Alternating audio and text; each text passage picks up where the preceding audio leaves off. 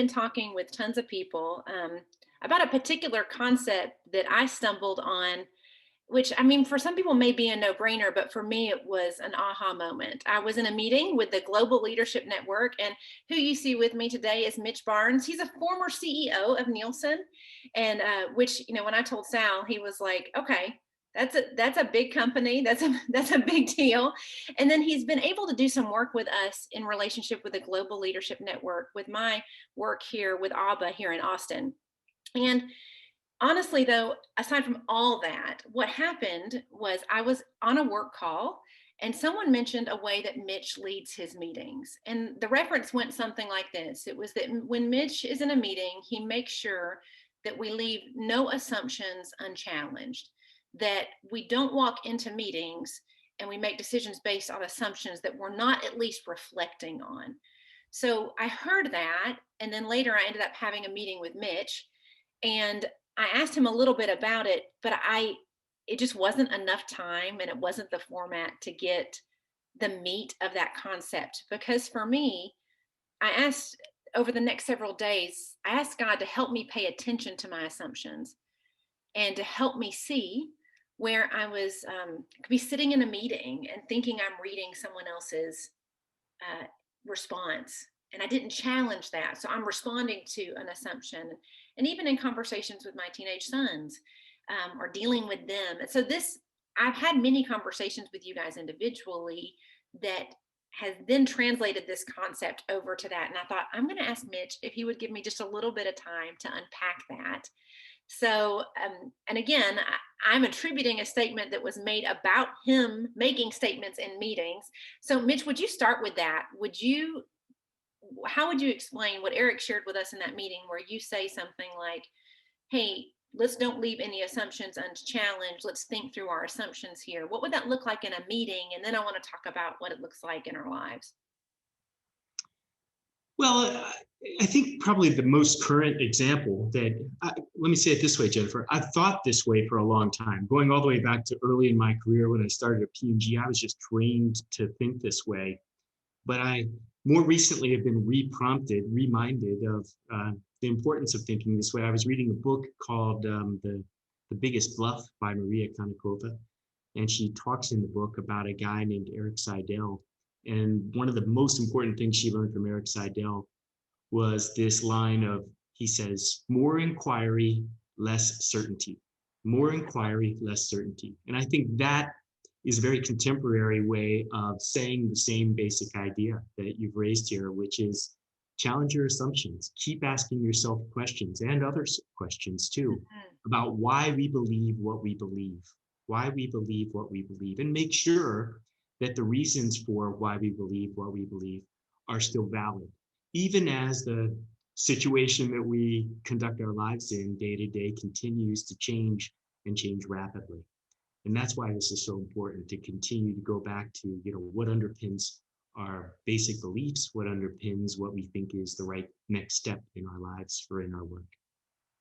So I mean, I love that. And then for me, I know that you and I have talked about that in terms of like a business and meetings and leading teams. And I think there's so much value to that. So if someone is listening that's a business leader or a leader in any capacity, a church leader, I think guiding people and making that a part of your culture has so much value. I love the idea of asking questions. I think we underscore or we downplay how often Jesus responds to questions with questions, like just providing more opportunities for clarity to get to the root of the issue, to get to the heart of the matter. So how would you take this that and I love that you say it's just been a part of how you've led, but how does this trickle down in your own, like just at home, every day, dealing with your own faith? What does that look like?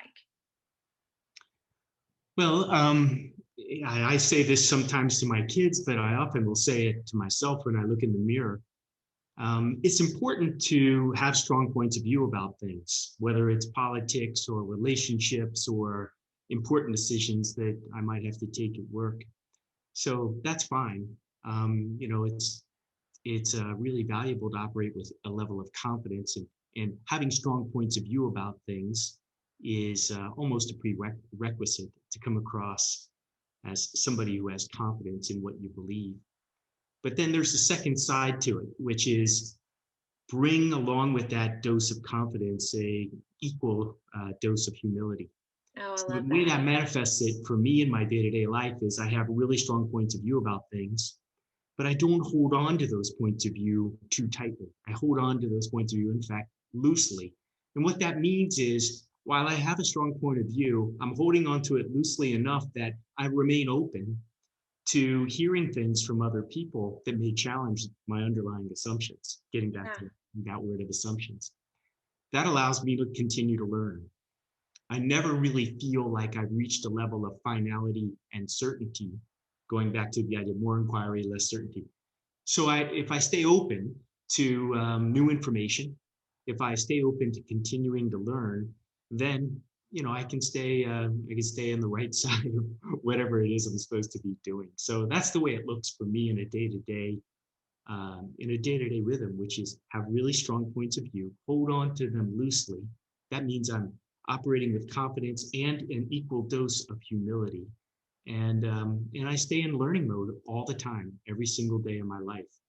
It's sometimes an unsettling way to live. I have to be honest. It's not the most comfortable way to live, but I find it to be probably the most um, energizing and most sustainable way to live. And by live, what I mean is, to operate within my family, within my relationships with my friends and the people I work with. Yeah, as since ever since I heard you really make it a point to bring this into your leadership, I have really just trying to be more attentive. Like I said, like just listening even to the news differently, interacting with my kids differently, just trying to listen to where those underlying assumptions, where I'm not leaving room for inquiry, where I'm not allowing myself to be curious. So now I know I sent you those two questions in advance. I'm going to throw a third one at you, like on the spot.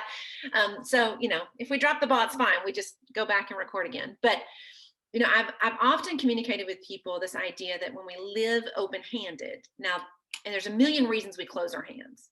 So I've often kind of thought about that as experiences cause us to be guarded and we close our hands. When I'm listening to you, though, I'm thinking about an assumption. An assumption in and of itself isn't wrong, I don't think, because it comes from something like a past experience or a past piece of data. Like it's coming from something, but basing decisions solely on that is where I think we can sometimes get into. It can cause missed opportunities. Probably more than really anything is just a missed opportunity or a missed wide view of something. So to me, like if things are falling, I can catch more open-handed than I can one hand closed, and definitely more. Like I might get a little, like if you're raining money down on my hands, I might catch something in my fist, but most likely I'm not, right? So this is the curveball question. In my experience, life life experiences, wounds, things that hurt us, things that either reinforce toxic thought patterns or just things that leave us guarded, are the things that close up. When you have either been in your own personal life or even in your work life, what have you noticed that caused people to be guided more based on assumptions? Or maybe this is a better way of asking the question: what causes people to not challenge their assumptions? What are some things you've noticed that might make someone say, have a personality that is less prone to challenging assumptions, or might make them struggle to be in a place of inquiry? Sorry, I did not prep you for that one. Well, there's a number of things, but two that immediately come to mind. One is fear. And so I think fear often holds people back from challenging assumptions that other people that they're, living and working among, they may just be afraid to say, hey, why do you believe that? Are we sure that that's true? Because that feels like conflict. And so I think Oh, fear is the yeah. underlying factor there. And then the other thing, maybe more at a personal level, is we sometimes put too much of an emphasis on being comfortable as opposed to maximizing our growth or maximizing our impact in what we do. If you think about comfort versus growth, it's really hard to maximize both of those at the same time. And our natural tendency is to be comfortable. We want to be comfortable. That's a short-term desire for most of us. And it's reasonable. There's nothing wrong with it. But we, I think, need to realize that if we prioritize or try to maximize being comfort in our day-to-day lives, we will, in fact, reduce the amount of impact that we have, will reduce the amount of growth that we can have. Because every time you challenge an assumption of yourself, it's uncomfortable. Yeah. You're making your life more complicated. Let's just be Mhm. honest about it. But that's the journey towards growth, and you have to just sort of want that. And I think to want it, you have to actually stop, take a step back, and think about it, and be a little bit intentional about where do you want your life to go, where do you want your life to be all about.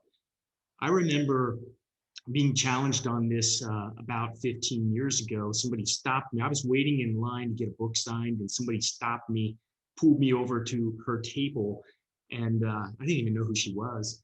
She was the wife of the guy who was signing the books, Okay. and she quickly figured me out and dressed me down, and shared this thought with me about comfort limits growth.